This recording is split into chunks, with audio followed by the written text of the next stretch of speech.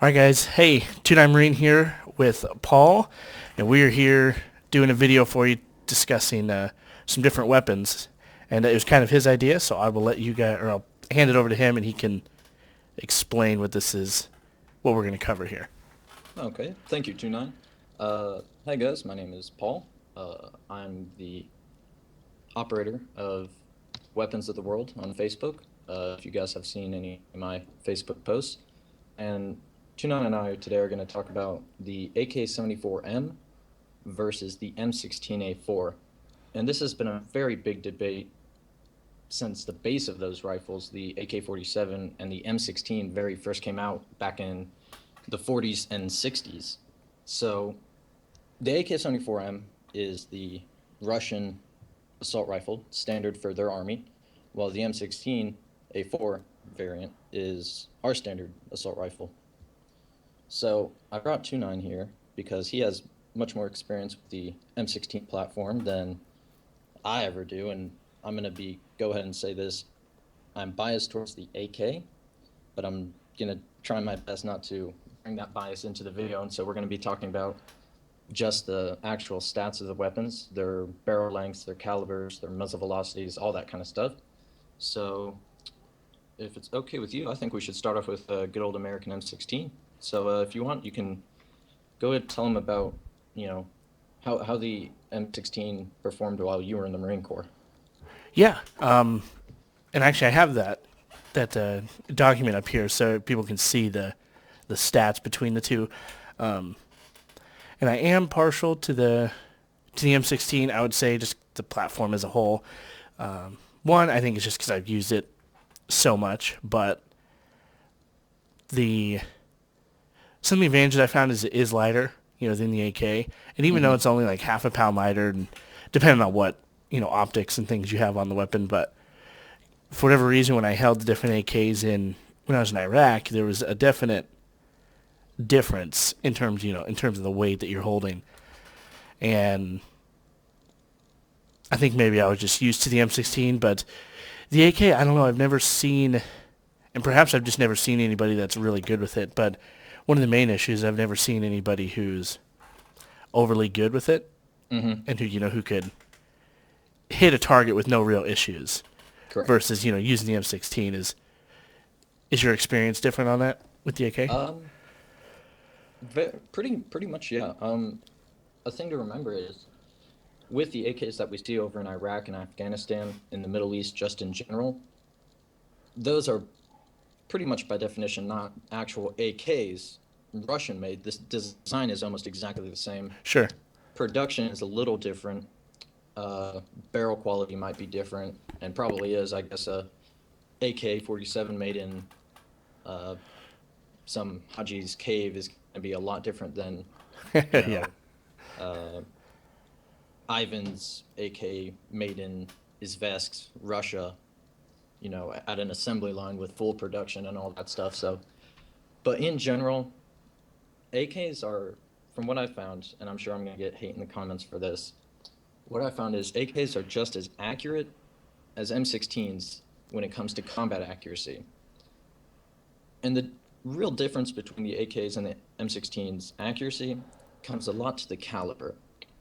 So since we're talking about the 74M versus the M16A4, Mm-hmm. uh, the AK-74M's caliber is 5.45 by 39 millimeter, while the M16's is of course 5.56 by 45 millimeter. The 5.45, if you're comparing it to the 47's 7.62 by 39, the 5.45 caliber flies at a less of an arc, so it flies flatter, much like the 5.56 by 45, and its velocity is slightly higher. It's a smaller bullet than the 7.62, but it's also slightly bigger than the 5.56. So when you're comparing accuracy from a 74 to a 47, it's going to be slightly different because just the way the bullets react. With a 70 or a 47, excuse me, the bullets have a tendency to arc over a distance, while the 74's bullet has a tendency just to fly straight with very little drop. Yeah. Yeah. Another thing is people don't know how to zero AKs properly, the right way, because it's not really it's not as simple as it is with other guns. There's a proper way to do it, and I've done this with my own AK. I own a Wasser 10, which is Romanian. It's built off of Romanian's parts kit. When I zeroed it, I can hit. I zeroed it to 300 meters, so I can hit a good 1 inch group at 300 meters. Oh yeah. So if you take an M16, you can absolutely probably do that. I'm sure you could. I honestly haven't fired a M4 or M16 or any of its AR counterparts that haven't been able to meet that accuracy and even surpass it in most cases. But when it comes to combat accuracy, the AK is just fine for combat accuracy. You're not going to be drilling holes. You're not going to be putting bullets through the same hole every time in combat. Now, I'm not a combat veteran. You absolutely are, so I think you can talk about that more than I can. But when you're being shot at, you're not just going to sit there and just take your time and just put the same round through the same hole. You're going to be putting lead down range to suppress the enemy. You know, so Yeah, and I mean you're right in that in the sense where you're not a sniper, so you're not looking to put every single round through a specific part. You're just hoping to kind of hit in general. yeah. I mean, you would prefer to hit him in the chest and the head if you Oh, can, absolutely. but yeah, you're right where it's not in a perfect world that would happen, but those situations are never perfect. Um, I had something I'd seen on here I was gonna comment on. Where'd it go?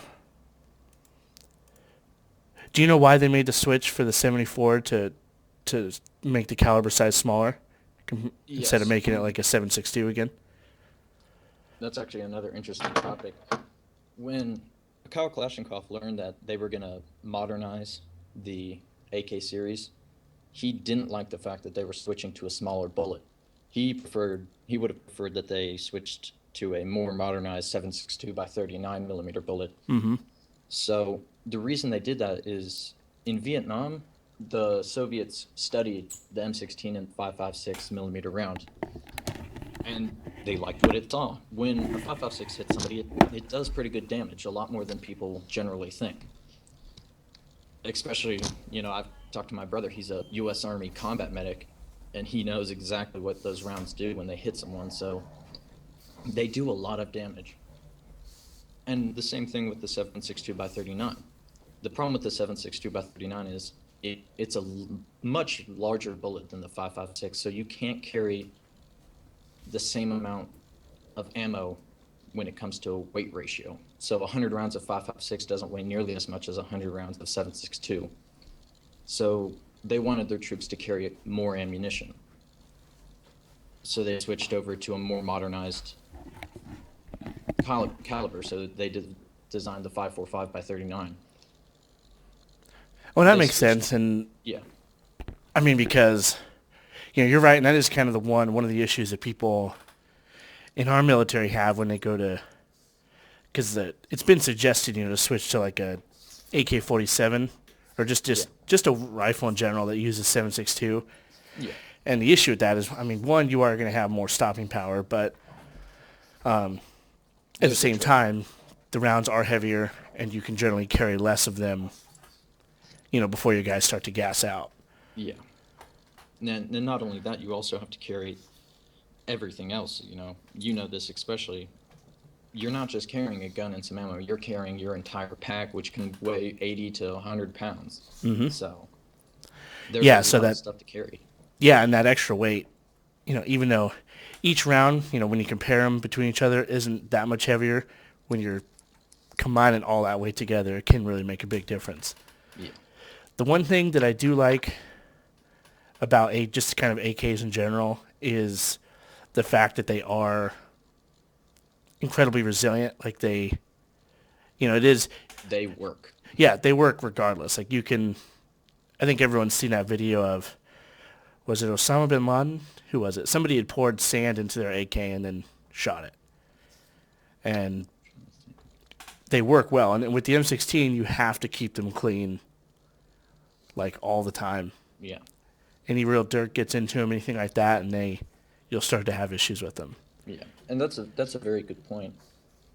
The designs of both of the rifles are just completely different. The AK design in general is a more open design. So in theory, that allows dirt and debris to get in to the gun, but still have space to move and be pushed around by the action, by the trigger guard, the trigger group. It has room to move stuff around.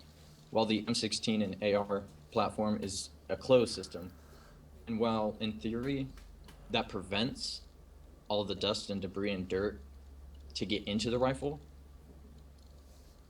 the the second that anything does get into that rifle, it automatically becomes a problem because there's no room for that dirt or debris or whatever you have in your gun Exactly. to move around. So, And you'll find yeah, that a lot. Like you'll find we had a lot of guys who where you need to use your rifle and then they go to use it and you just get a click or yep, you know, you try to rack around and it either doesn't chamber the round or like it tries to double feed. Just all sorts of weird shit can happen. yeah, And in the end, it all comes down to whether or not the rifle is clean. Almost every time. yeah, Like very rarely was it an issue. At least from my experience, very rarely was it an issue where the rifle itself was broken in some way. mm-hmm. It was There's always just a user crap in it. error essentially. Yeah, yeah.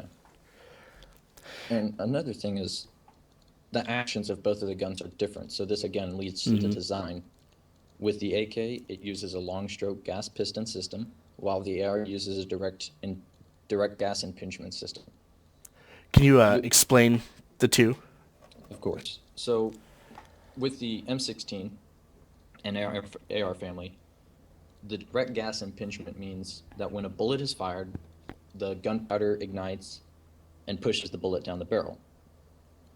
Some of that hot gas is diverted up into a gas tube and is shot back, back, I should say, back into the bolt of the M16. So while this system does reduce the weight of the overall firearm, it creates a problem where your bolt and your internal mechanism of your gun will get heated very quickly because all that hot gas that is used to propel the bullet down the barrel, it's not filtered in any way. So when you fire a gun, it doesn't use up all its gunpowder in the casing. There's still some leftover unburnt powder along with shavings from the actual bullet when it engages the rifling. So all of that stuff comes right back into your bolt. And after a while, it can get dirty. It will get very dirty pretty quickly. From my experience, I've shot lots of ARs, lots of AKs. And so it will get dirty, it will get hot. And with a closed system where none of that dirt and debris and metal shavings and all that crap can't go anywhere, it creates a problem. And if after a long time of sustained fire, that will create a very big problem where your gun can malfunction in a way that it can possibly have a catastrophic failure, injuring or killing the person using it. Now, granted, that would be after about 1,000 rounds of just nonstop firing. Yeah, you'd have to be in a pretty You'd have to crazy. be in such a crappy condition. Now, granted, those conditions have happened. I've read reports of firefights lasting all day. Now, again, I can't speak on any of this. I'm not a combat veteran in any way, so I'm just speaking of the stuff that I've seen in the civilian world, plus of what I've read. Now, with the AK platform, it uses the gas piston system. So what this means is the same way the bullet's fired, it goes down the barrel. It's diverted back, but instead of going straight to the bolt, it hits a metal piston, and the piston gets pushed back, and it cycles the entire action. So that way, all the hot gases just hit this. All the hot gases and metal shavings and all the crap just hit the piston itself, which has no moving part. It's just a block of metal, Yeah. and it pushes the action all the way back, cycling your next round, ejecting the first round, and all that stuff. So this prevents anything from getting to the actual action itself. So hitting your firing pin, getting into all your internal workings of the gun. But at the same time, this increases the weight of the overall firearm. So it's definitely a trade-off. But in my opinion, the gas piston system is the better of the systems. I'd much rather have a little bit more to carry when I know the gun is going to work every time. And that's what AKs are known for. They're known for working. Everyone knows that. So, in my opinion, the trade-off is pretty good. Now, some people, I'm sure, think the cast impingement system works fine, and it really does. It only works fine when everything is clean and maintained, and that's very hard to do in a combat situation. And it is, and that is something I attribute well to the Marine Corps, is that the Marine Corps is very anal about ensuring guys clean their stuff. Oh yeah. Like, the second you get back from a patrol, that literally the first thing you do, you don't go eat, you don't go to the bathroom, you don't do anything. You sit down and clean your weapon. Even if you didn't fire it, if it was a quiet patrol, you just went around a big circle and did nothing, you're cleaning that thing from top to bottom. Yep. And if your squad leader is any good, or your section chief, they will make sure that you clean your stuff, because, you're right. Any small thing, especially in Iraq and just kind of the Middle East with all the dust and the sand, and that stuff's blowing up all day. That on top of having to actually fire your weapon, it's going to get dirty really quick. And Yeah. it may work that time, but if you need to go out the next day and you haven't cleaned it, chances are it won't work. Yeah. And sand is the number one enemy to any firearm. Sand is just the worst. And I've seen them jam up AKs too. Don't get me wrong. AKs Oh, yeah. can jam. But they jam at a point where almost any other gun won't jam. So it can go longer without being cleaned in any way, shape, or form for extended periods of time. Heck, in Iraq and Afghanistan, the way they cleaned their rifles is they would take a shoestring and tie a knot in the middle of it, dip it in motor oil, and just run that through the barrel, and that was clean enough, and it worked. So it's all just one big trade-off of weight versus reliability and power, and different trade-offs of ratios. So When I think for our military, I think what it'll come down to, because I know a lot of guys aren't opposed to using, if not an AK, just something that is a little more reliable than, the M16. But like you said, I think it's going to come down to the weight issue. And for that to get fixed, they're going to have to figure out a way to lower the overall weight our guys have to carry already. Yeah. If they Which can is a lower big that problem stuff, already, even with an M16, crap's heavy, bro. yeah, and you notice it. And if you have a long patrol, you're dead tired at the end of it. Yeah. And then if you actually have to do something during the patrol, it's even worse. You're out of it. Like, there's been, especially when they were taking like Fallujah and stuff back in '04, they had guys dropping from heat stroke, because they had all their gear on all day, they didn't have a chance to set it down, and it just got to them. Yeah. So I think that they really will have to figure out a way to lower the amount of crap that our guys carry before they can switch the weapons. I think if they do that, you wouldn't hear a complaint among really anybody, Yeah. except maybe the people that are super stubborn. Saw gunners and 240 gunners, which is a whole nother subject. 240s weigh like 50, 60 pounds, not including ammo. So, it's a lot of weight to be carrying. So anything that can reduce the weight is nice, and that's why I think we switched to the M16, because before the M16 we used the M14, which was basically an M1 Garand that shoots 7.62 by 51 NATO out of a 20-round box magazine. And that was a heavy rifle. I know a Marine that used one in Vietnam. Use the Very heavy M14. rifle.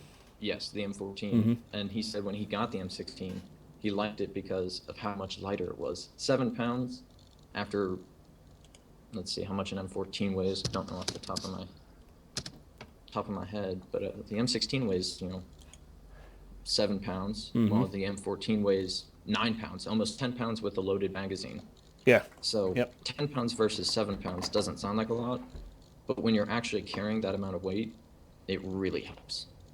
Yeah, and when your arms are up and you're trying to sight in, because, in an ideal situation, you'd crouch or lay down to shoot at somebody, but that's not going to happen. You're going to be standing up trying to shoot your rifle and trying to keep your arms up, after a long patrol. That extra 2 pounds makes a huge difference. Oh, yeah.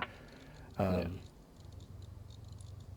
God, what was I gonna say? I personally love the M1 Grand. That's a heavy bastard. Oh, and that's so good.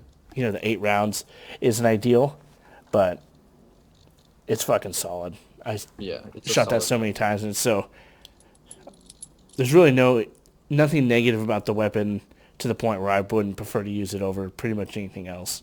Yeah, and that's the way I'm with the AK. I love my AK, Mm-hmm. and I like the AR too. So don't get me wrong, it's not like I'm a AK, guru, but Yeah, yeah. when it comes to the AK versus the M16, I prefer the AK any day. Yeah, and that's fair. And I think a lot of guys would be okay using, like I said, some form of the AK as long as they can cut down that weight. Yeah, the weight is the biggest issue. There's just so much to carry. And they have companies and different people working on trying to figure out anything they could possibly remove. How to make our flak jackets and stuff lighter. But with that stuff, if you make a flak jacket lighter, chances are it's not going to protect you as well. It all comes down to that ratio, weight to effectiveness, honestly. Mm-hmm. So it's hard. And another thing, I know the YouTube comments are going to say something along the lines of, I've never had a jam with my AR. I've had it for 10 years, never cleaned it once. The big difference between your AR, Joe Schmo's AR that he bought down at the gun store versus the military's M16 is the M16 is made by the lowest bidder. The US government asked, who can make this rifle? And everyone said, I can. Then they asked for how much? And they got down to whoever could make it cheapest. Mm-hmm. There's a reason that the rifle was so cheap. They're not using the same parts that you get when you buy a brand new AR-15 from FN down at the gun store. The gun stores that sell the ARs, they're using higher quality parts than anything that the military is using. The military's not going to be paying, $1,200 for a brand new AR. Yeah, per rifle, hell no. Yeah, no. So there's a big difference between the ARs that civilians have and the M16s that the military uses. They look the same, and they act the same, but the quality is just so vastly different. And I'm sure you can talk about that yourself.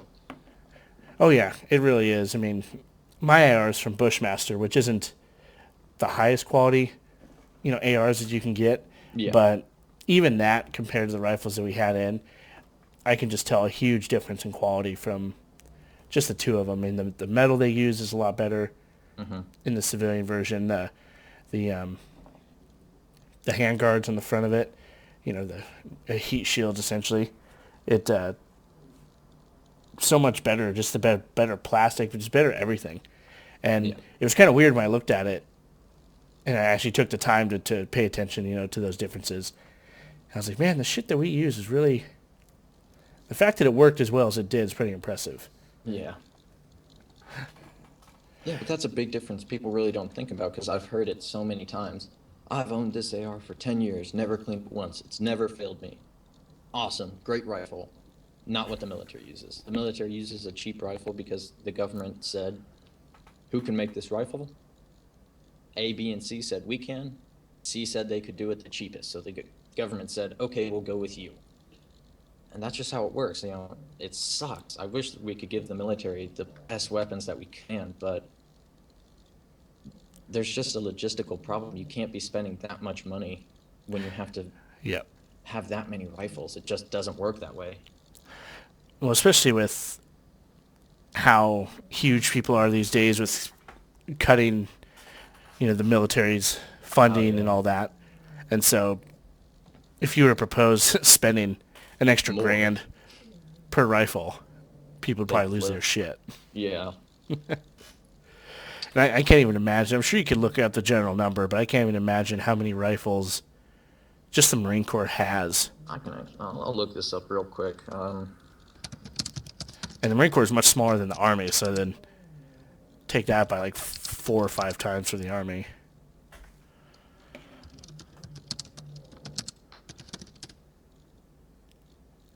Oh yeah, the army has so many rifles. Like talking to my brother, he's been in the armories and stuff, and he's just like, bro, the army has more machine guns than there are people on this planet. It's like it's retarded. It's just like a retardedly large amount of weapons. Yeah, it's insane. And so, like, when you have to field everyone with a rifle, especially in the Marine Corps where every Marine is a rifleman, there's at least one rifle for everybody in the Marine Corps. There's absolutely a lot more than one rifle, though. Oh Not yeah, seeing anything come up, but in short, they have a ton of weapons, a ton of rifles, tons of machine guns. They have a lot of weapons, so you can't be spending $1,200 per rifle when you have to field, when you have to give 10,000 people a rifle. It just doesn't logistically work like that. You'd be spending an enormous amount of money when you already have to buy ammunition, other guns, you know, supplies, yeah, spare everything, parts and everything for everything. It'd them. just be way too much. And that's sadly how it works. There's really no way around it. So, Yeah, there's really not. Which, I mean, considering how cheap, I'd be willing to bet that they spend 200-300 bucks per rifle. I'd be shoot, I surprised if think it was even much cheaper more. than that. I think, can't remember where I read this, but I think back in like Vietnam and stuff, Yeah. an M14 costs like $80 Oh shit. for the U.S. government, and of course with inflation and a new M16, yeah, I'm sure like $200 is probably what they buy per rifle. Probably a Yeah. little nuts, If but it's much more than that, I'd be really surprised. yeah, And considering how cheap those are, it's pretty impressive how well they do work if you do keep it clean. hmm But it does require to keep it clean. And when a lot of you guys go to boot camp, that's how you'll spend a good chunk of your time is oh yeah, cleaning your rifle over and over and over and over. and I love it when people say, oh, I like cleaning guns, so boot camp won't be too hard. It's like you like cleaning guns not only on your schedule, but not only once a day. Like I'm sure you've cleaned M16s several times a day in basic training. I'm sure I will when I go. So, Oh yeah, several times a day, and then there was days in the fleet when we'd literally spend the entire day cleaning the the rifles, the M9s, the 240s, 50 cals, Mark 19, just all of it. You're literally just there all day at the armory. And in 29 Palms where I was, it's, 110 degrees in the summer, 115. And you're just out there cleaning rifles over and over and over.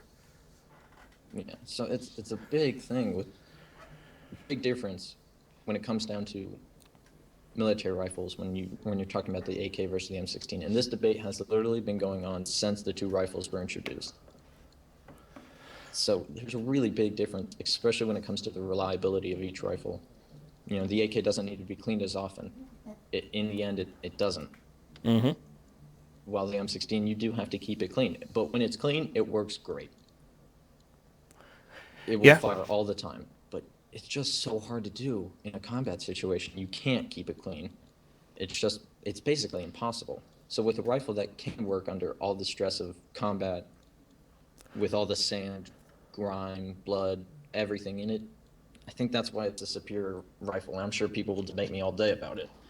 So, And something that I actually learned it from we had a staff sergeant who had been with MARSOC before mhm. he came to us. He was a comm guy, went to MARSOC, did comm stuff with them, and then went back to the fleet. And he basically taught us, what did he call it? I don't remember his term. It was some sort of weird-ass term, but it essentially was a way to clean your weapon. Like if you're in a firefight and your weapon starts being a dickhead and you need to clean it quickly, he showed us a way where you basically strip it down without taking apart the bolt. Mhm. Because the vast majority of the time, it's not an issue with the bolt that's No, that's no. that's causing the thing not to work. Sometimes, but generally not. And so he showed us how to quickly clean it. Literally took, if you're not shaking, I mean your hands are going to be shaking from the adrenaline and stuff, but 30 seconds to a minute, and you could have it back in working order. And that was just something they taught them when they were, when he was with Marsoc. I'll have But to it's look that's that not up. That ideal, sounds to awesome. have to take apart your No. rifle when people are trying to kill you. Yeah, and that's another thing. If you have to take apart your rifle in combat, and say you're in Afghanistan, you're in a firefight, your weapon malfunctions. Okay, I have to take this apart. Not only are you full of adrenaline, you're probably shaking, and you have all the stress of combat going around you. Taking apart a weapon on a workbench, completely fine. You're basically stress-free, Mm-hmm. not a problem. But when you're having to take one apart in combat, under the combat conditions, it becomes a lot harder, and there's really no way to describe it, especially for someone like me, Yeah, and I to mean, be and you able run to into do issues, that. of like where can you set the rifle down? Because obviously you don't want to like take Yeah, the you bolt can't. out and put it in the Yeah, dirt. it kind of defeats the whole purpose. So where do you put it in that situation? You got sand all over you. Iraq is nothing but sand, so Exactly, and the way where are you he going to put showed your us bolt? was if obviously if there's like some grass or something nearby, use the grass. But Oh yeah, chances are you're not going to run into that. And so he showed getting behind cover, laying on your back, and then putting it all on top of you. put it on top of you. Yeah, Yep. Because you're going to be a little dirty, but not nearly as dirty as just setting the bolt and stuff and the charging handle, all that crap in the sand itself. yeah. And I mean, it worked. And he was very good at what he did, but he's like, ideally, don't use this. You shouldn't have to. He's like, but it's In always base. good to have options, versus just freaking out and not knowing what to do when your Yeah. rifle's not working. And that brings up another point. Like the parts for an AK are a lot simpler, a lot fewer, and a lot bigger than the parts for an M16. That's Mm-hmm. just design. You got to remember, these two rifles were literally designed on opposite ends of the worlds by different thoughts or different how can I say, like different people Mm-hmm. who had completely different ideals and different ideas of how a combat rifle should be. Yeah. Eugene Stoner with his M16, he was told by the government, all right, we want a lighter rifle, smaller round so you can carry more. It's got to fire so many rounds a minute with an accuracy and all this stuff. While over in Russia, Mikhail Kalashnikov was sitting on his medical bed because he was a tank sergeant in World War II before he was wounded and discharged from the military. And so he designed the AK, and he because he thought, I can do better. I can do better than the Mosin Nagant can. And the Mosin Mm-hmm. Nagant's a great rifle. I own one too. Great rifle to own, by the way. Yeah, they're a lot of fun to shoot. Oh, they're so much fun. A friend of Ammo's mine has cheap one. too. Um, but they were just designed by completely different ideas of what a combat soldier should have as a rifle, Well, and and plus especially with the the M16. and plus the technologies that were Oh, they're so vast. available when the Nagant was built, in the Grand versus the AK and the M16 is huge. Yeah, Like the yeah, technology especially leaps is with just ginormous. the AK being designed in the late 40s, while the M16 was designed in the 60s. In the middle of Vietnam. Mm-hmm. And another thing is the government actually rushed Eugene Stoner on his design, so it wasn't perfected to a point where it was exactly how he wanted it. But they kind of rushed him because they wanted to replace the M14. That's a Yeah. whole other debate. I wish that we honestly hadn't Well, and my replaced the M14. my grandpa Great. was in Vietnam. He went there 3 times, and his first I can't remember the year, but his first year there, he used the M14, and they actually still had some Grands as well that some of the guys used. Used that his first deployment. The second one went back. They issued everyone the M16s, the A1s, and those things fucking jammed like first round that he fired. Mm-hmm. And after running into that enough, he just said fuck it and had all his guys go back to the M14. He's like, we just can't rely on these. Yeah. It's not. When you can't rely on your weapon in combat, that's a very big psychological issue also. When you Mm-hmm. don't know that your rifle will work every time you pull the trigger, that can cause problems. Yep. And that's So, and that's why he switched. He's like, it's not worth the stress of it. yeah. And plus he'd used the M14 for years and he knew it worked. He knew everything about it. And If it ain't and broke, just don't fix it. yeah, and he just trusted it a lot more. So he's like, yep, well, until they can fix whatever's wrong with the A1, we're going to Yeah. not use it. And what was wrong with the A1, as I'm sure people are already typing in the comments, oh, it wasn't designed. Correct. The M16 design, when it came out with the M16 and the M16A1, it wasn't the design itself, it was the propellant that was used in the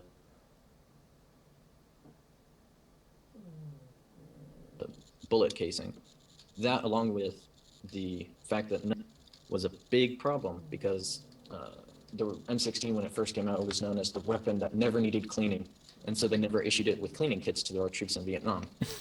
Yeah, not That, important. alongside with the fact that propellant caused a lot more powder residue buildup because the government, again, in its infinite and infallible wisdom, decided to change the type of propellant used in Eugene Stenner's design when he designed the M16 with the 5.56 by 45 millimeter round around a certain propellant. I don't know the name of it.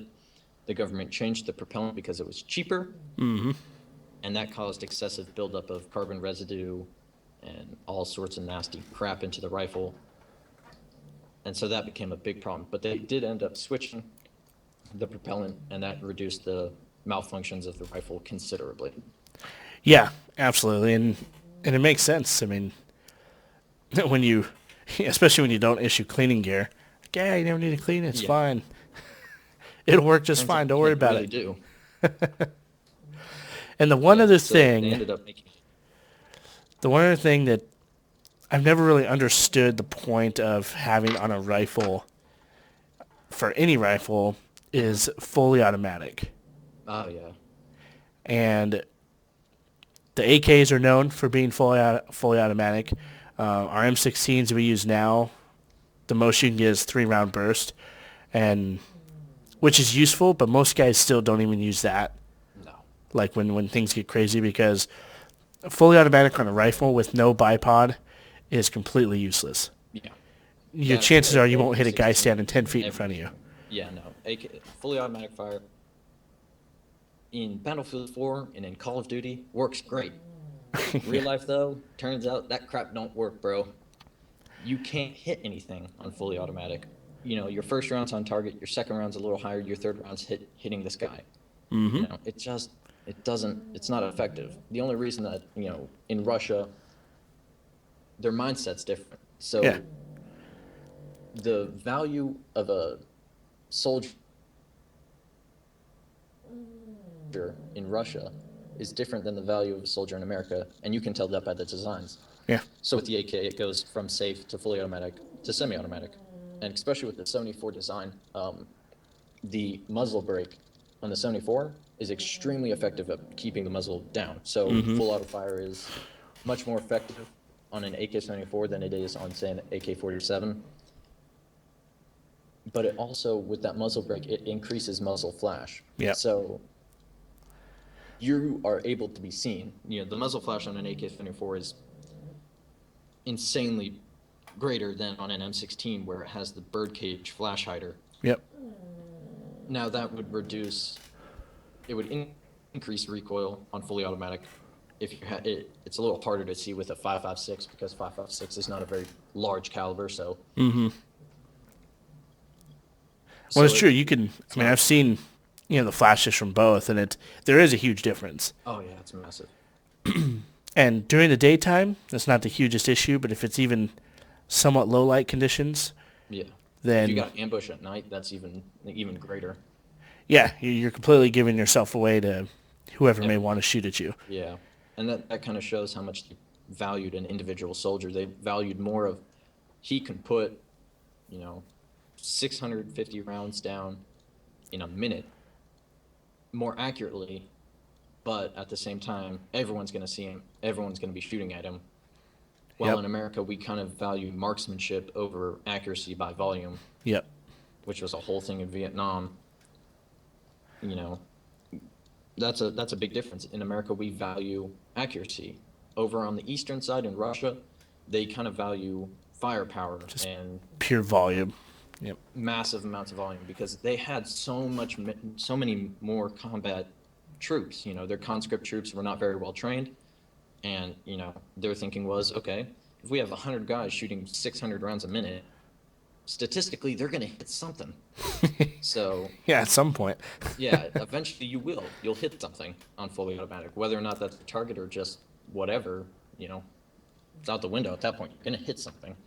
So it just kind of shows the ideals and ideologies of both the West and the East in their designs of their firearms. And you can see that in more than just the M16 and the AK. You can see that in, the PKM versus the M60 and stuff like that. So Yep. Well, even with those, even with the actual machine guns that are intended to be fully automatic, at least for us, we still don't fire them. You don't just hold down the trigger and hope everything ends well. One, the weapon will overheat in no time and will be useless if you let it go too much. But then two, our guys, they do 3 to 5 round bursts. Maybe 5 to 7, but 3 to 5 is kind of the ideal, the sweet spot. And it's all about accuracy. I mean, outside the heating issues, it's all about accuracy because with fully automatic, even if you have a bipod, you're laying on the ground with that thing dug into your shoulder, you're still going to miss everything if you just hold down the trigger. And I'm sure there's some guys that are strong enough to just keep the weapon still, but very rarely will you find some sort of Hulk-like guy that can shoot a weapon without... Yeah, ideal situations and real life situations are very, very much different. Mm-hmm. And I think a lot of people don't really think about that when they're thinking about, comparing firearms, especially with the AK versus the M16. Real life scenarios, it just doesn't work the way that, Yeah, shit it doesn't. happens, bro. It doesn't work. It doesn't always work the way it's supposed to. Or at least the way you think it's supposed to. Mm-hmm. So that's why having a firearm that works all the time is honestly why I like the AK. Yeah, and we'll see. I know they're kind of, at the very least, doing research into getting away from the M16 and kind of moving to a whole different platform. Like there was a lot of talk about for a while there, was it the XM11? XM8. XM8. And do you know if they're still making progress on that, or if it's if that's been killed off? They or actually what? terminated that. I can't remember exactly when, but the XM8 was a American design based off the German G36. Yep. It looks a lot like it. Yeah, I was trying to picture the rifle that it looked like. Yeah, and they actually terminated the design of the rifle. I can't remember when. Let me look that up exactly when, but I think it was in the 2000s, early 2000s, I believe.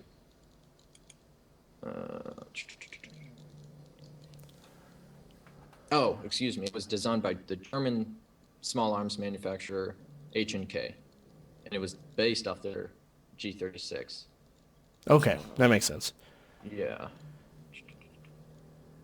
Oh, it was put on hold in April of 2005, but was formally canceled on October 31st, 2005, because the Army was trying to find a replacement for the M16. Mm-hmm. But they decided just to cancel the project. I'm trying to find out exactly why. Well, I guess his cost was a big chunk of it. 'Cause it's actually incredibly expensive to design a new weapon and build it and test it and break it and see what broke and try to make a better funny version. how they test the rifles to see how hard it until it breaks. Mm-hmm. So, but when we're talking about replacing it, I think a very good candidate, and honestly the best candidate in my opinion, is actually another German design, the HK416. Yeah. It's exactly like the M16 in the way that it functions and the way that it, anyone trained on a M16 will already be trained on a 416 because the design and ergonomics are the same. Mm-hmm. Basically, other than the fact that it uses a short stroke gas piston. So its reliability is increased much more than just a direct gas impingement. But whether or not the military will adopt the 416 remains to be seen. I haven't heard anything about that. I don't think the Army is going to be doing any more new, testing with any new rifles, at least that I heard, till the next couple years. So honestly, that would be my best candidate. The 416 is a great rifle, and it still uses the 5.56, so we wouldn't have to retool anything or, be making different ammunition. So. Mm-hmm. Yeah, we'll have to see. I mean, it's a friend of mine actually has a 416. I've never shot it, but he loves it. Yeah, I love 416s. I want one. They're expensive though. That's a big problem too. They're expensive rifles. Yeah. But they're high quality. They're very quality rifles, which is kind of again part of that ideology. The Germans have always been quality over quantity, while the Russians have been quantity over quality. Mm-hmm. You know, it's just kind of, we saw that in World War II. Yep. So I'm sure that's probably the main reason why we don't already have the 416 is just because it costs too much. But that'd be my number one candidate if we were going to replace the M16. And I'm sure they will at some point. We'll just have to see if some sort of, revolutionary technology pops up that they're interested in, Hmm. or just some sort of design that would work. But we'll see. I mean, before you know it, they'll switch. They'll switch to something. Oh yeah, The platform's getting a bit old. I mean, the general platform's been around for what? since the Like, late 50s. yeah, I was gonna say like 50, 60 years now. Yeah, it's an old design. But again, it's not that I'm hating on the design. It's just, we could probably do something better, especially nowadays with all our new, advances in material and Mm-hmm. production and all that stuff. I think we can do a lot better, but if the government doesn't want to spend any more money, then they're not because it's the government and it doesn't make sense anyways. So, Well, yeah, and it wouldn't surprise me if they maybe have a design that I'm they sure. like, but they're I'm just sure. waiting for the cost of, materials and things to come down before they commit, which would make sense, but it sucks when you have guys that want to update to the latest and greatest. Yeah. Yeah. It's a lot more complicated than people think. I think, they just there's so much to consider. You can't just, go down to the gun store and be like, all right, can I get 10,000 of these rifles? It just don't work like that. There's so much that goes into it. So Mm-hmm. the debate will continue, I'm sure. Oh yeah, It will continue until the earth explodes. yeah, that it will. I'm sure an AK will still work after that, though. God, probably. Aliens find this AK with some ammo, freaking 10,000 years later, they rack around, it still goes off. How awesome would that be? That would be super cool.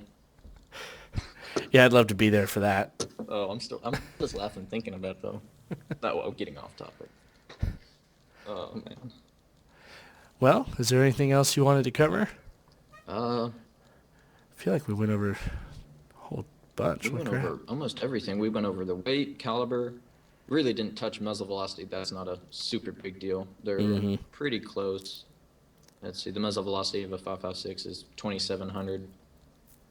5.45 is 2,800. So muzzle velocity is almost the same. Rate of fire with the AK-74 is 650 rounds on fully automatic, while the M16 has a fire rate of 700 to 950. So this M16 has a slightly higher fire rate, Yeah. and that can be good or bad depending on the situation.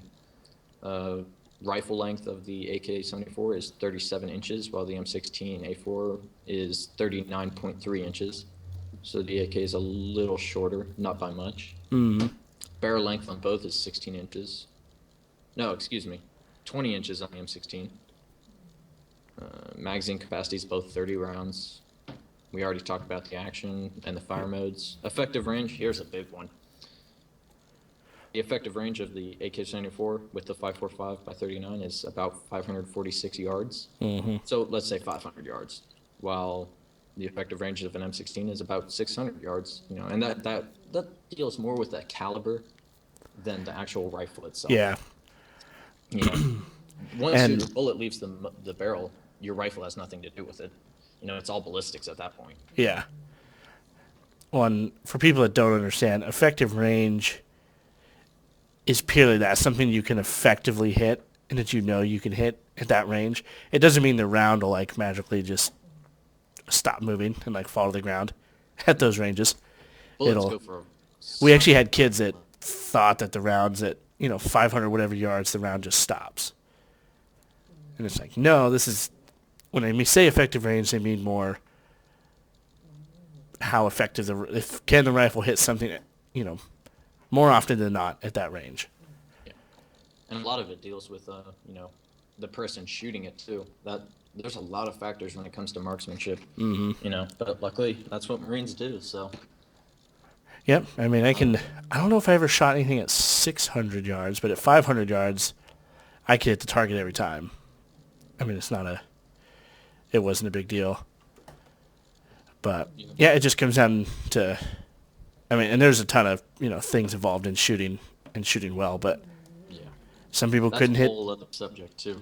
Yeah, That you can go on for ages about We that. could go on hours on this whole topic, especially in just with the AK platform versus the M16. You could have days of discussion on, and shoot, the discussion has been going on for the past 60 some odd years. So, you know, we could go on a long time. And honestly, to anybody watching the video, if you guys have any, ideas or, guns that you want us to talk about, put them in the comments, and, we'll see what we can come up with. I'm sure I'll be doing more of these in the future with different types of firearms. So, Yeah, I leave think in you have a lot comments. of we can have a lot of fun with that. Talking, even going back, World War II weapons, World War One weapons. Yeah. That'd be so much fun, and that's what I plan on doing here in the near future. So, Yeah, and just focusing like on the weapon, and it would be yeah, cool to just find like footage too of guys using those different weapons back then. oh yeah, That'd be a lot of fun. I love watching combat footage on like World War II and just seeing how all that stuff actually went down. That's great. Those Hell are yeah. some hardcore guys. Hard Fuck yeah, man. they were. Hell yeah. All right. Well, guys, we appreciate you watching. And as always, if you have any questions, comments, or anything like that, hit me up. And hit Paul up too. I'll have a link to all his stuff as well in the description for this video. So if you have any questions, by all means, hit him up. He knows quite a bit about these different weapons. So if I can't answer it, he certainly can. Anything Thanks you for wanted having to me. add there, bud? No, just thanks for having me. Hopefully we can do some more in the future, and Yeah, for absolutely. I would love to. all of my people, all of my followers, check out 29 Marine stuff. All his videos. If you like gameplay footage, if you like just funny stories, you have a lot of funny stories that I enjoy. You know, if you just like the Marine Corps in general, or just the military, or just games, you should absolutely check out his videos. They're great. I enjoy them so much. I wait for him all the time. I really can't say anything else. I just enjoy your videos, and I'm pretty sure other people do too. I'm sure people do. Well, I So, appreciate that. I certainly try to make them oh yeah, somewhat entertaining. oh yeah, you're very entertaining. So, but anyways, thanks for having me. So, Yeah, you as well. And we'll catch you guys in the next one. Hey guys, thank you for watching. I really appreciate it. All the links that you need to get in contact with me are down below.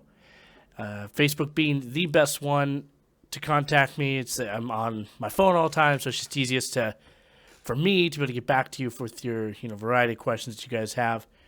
And yeah, if you need anything, by all means, hit me up.